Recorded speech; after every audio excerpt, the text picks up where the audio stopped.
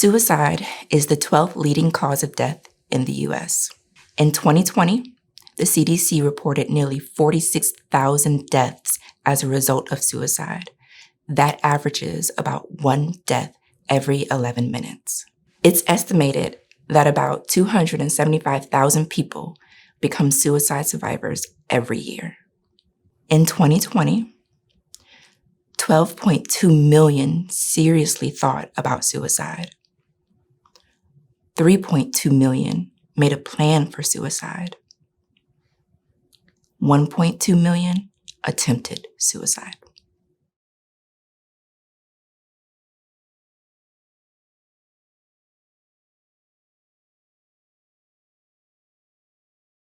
My name is Rhonda Adams. I'm a two-time survivor of suicide attempt. I grew up in a two-parent home, mother and father, and my siblings. I have two younger sisters. We grew up in the country, Hopkins, South Carolina.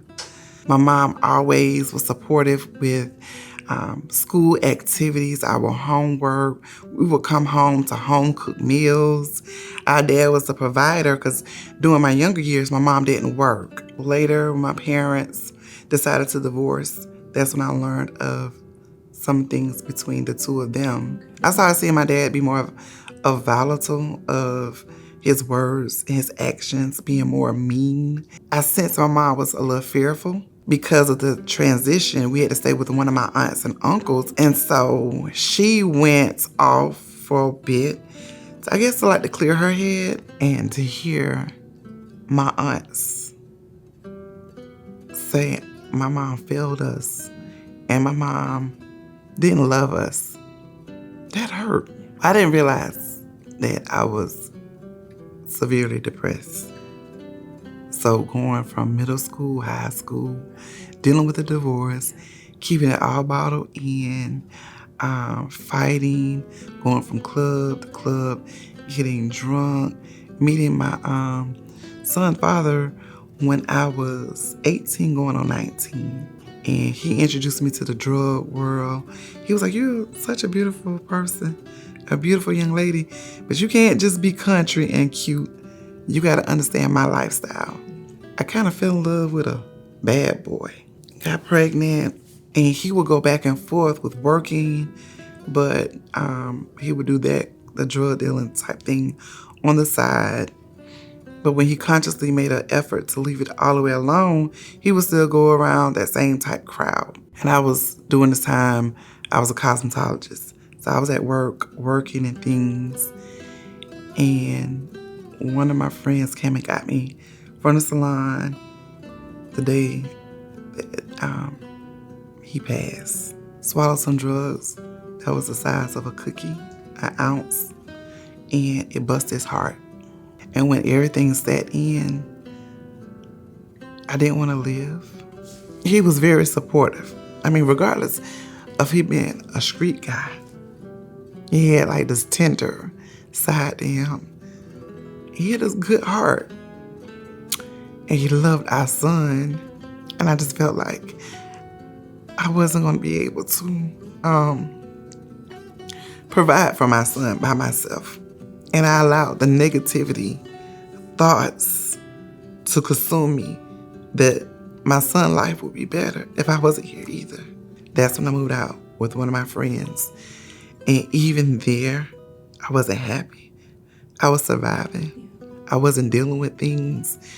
And I didn't realize it, that all this was a depression. I was isolated. The only time people would see me is if I was at work. Those thoughts was coming. Those thoughts was just on me like for months. Life would be better without you. I would actually hear the voice saying it. They're not going to miss you. Go ahead and take yourself. Go ahead and kill yourself.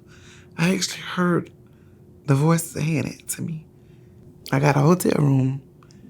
I got some weed and even got some pills. I got liquor. I said, "Lord, I love my child, but I can't take care of him." The scent from the hotel was real loud. Like, I can still smell it now. I remember sitting up in the hotel bed, just rocking back and forth, and the voices was just loud in my ear. This today, this today. And I was just like, I didn't want to like shoot myself, but I just wanted to sleep and not wake up. I woke up, I was sick. I remember vomiting just for hours, it felt like. Once I came to grips, I was like, that was so selfish of me, because his father was gone and now his mother would be gone. So he wouldn't even know his parents. Where were your sisters? They would have a big sister. Your mom wouldn't have her firstborn. Your son would have a mother.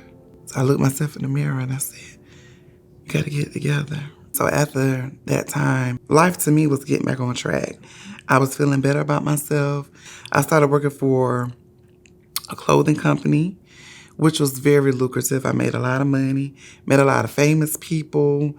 And on this particular day, I met this man who ended up being my boyfriend, who eventually was a fiance, turned into my daughter's father. We dated for about 5 years, but the time that I conceived, I was 29, going on 30.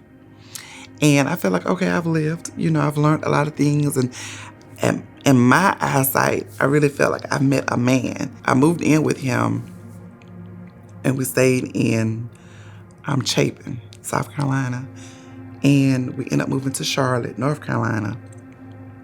Big, beautiful house. I said if I never get it again, I lived in what was considered my mansion. It was 7 bedrooms, 5.5 baths, 3-car garage, different cars to drive because he was into real estate, music producer, car salesman. Girl, everything was good, I conceived my child before we actually got married. And I found out at 7 months that he had an outside relationship. The part that tore me to shreds made me feel like the scum of the earth.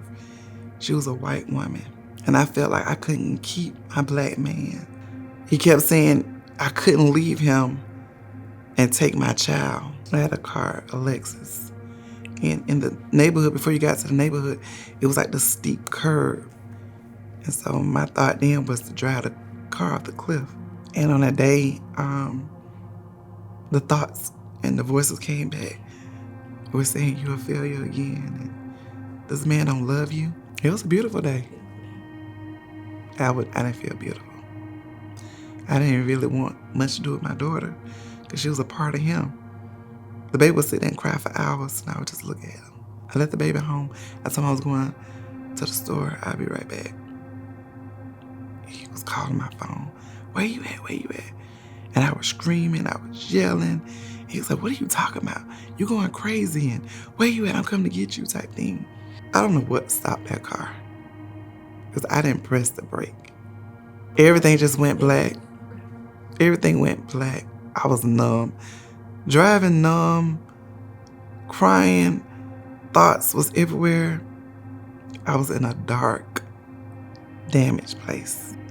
He didn't really even care enough to even ask me where I was mentally. And I just made a decision I need to leave.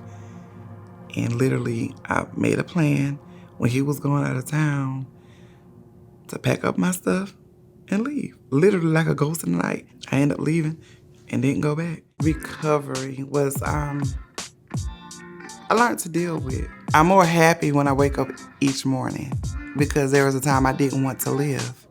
And so each day I wake up literally with a smile on my face. I'm on a happy journey, and I try to encourage strangers, co-workers, family members, Facebook friends, anyone that's going through any type of trouble, to let them know, first and foremost, you're not alone.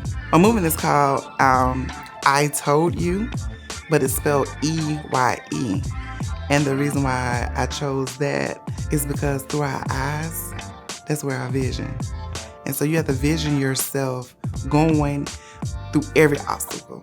When you've made your victory lap or you've overcome things, you can say, I told you. I saw the vision before It even happened. I saw it before I saw it. Each day we're faced with something, but you have to choose life. Life gonna come at us sometimes so hard and so unbearable, but that's when you have to dig deep within your strength and pull it out. Fight. Don't allow no to be the answer. You're gonna learn so many different things about yourself that was always there, but you was allowing something else to blind you. So just keep fighting. It's not gonna always be easy, but at the end it's gonna be worth it. Be the change that you desire. Be a walking example of what you want the change to be. For me, I want to live every day. I want people to know that I stand for love. So if I leave a room, I don't have to know you, but I'm gonna say I love you, because if this is your last time seeing me, hearing from me, I want that to be the last words that you heard from me. So for any and everything that you feel like it's a change, be that change. Leave a mark. Do what you gotta do to become a better you.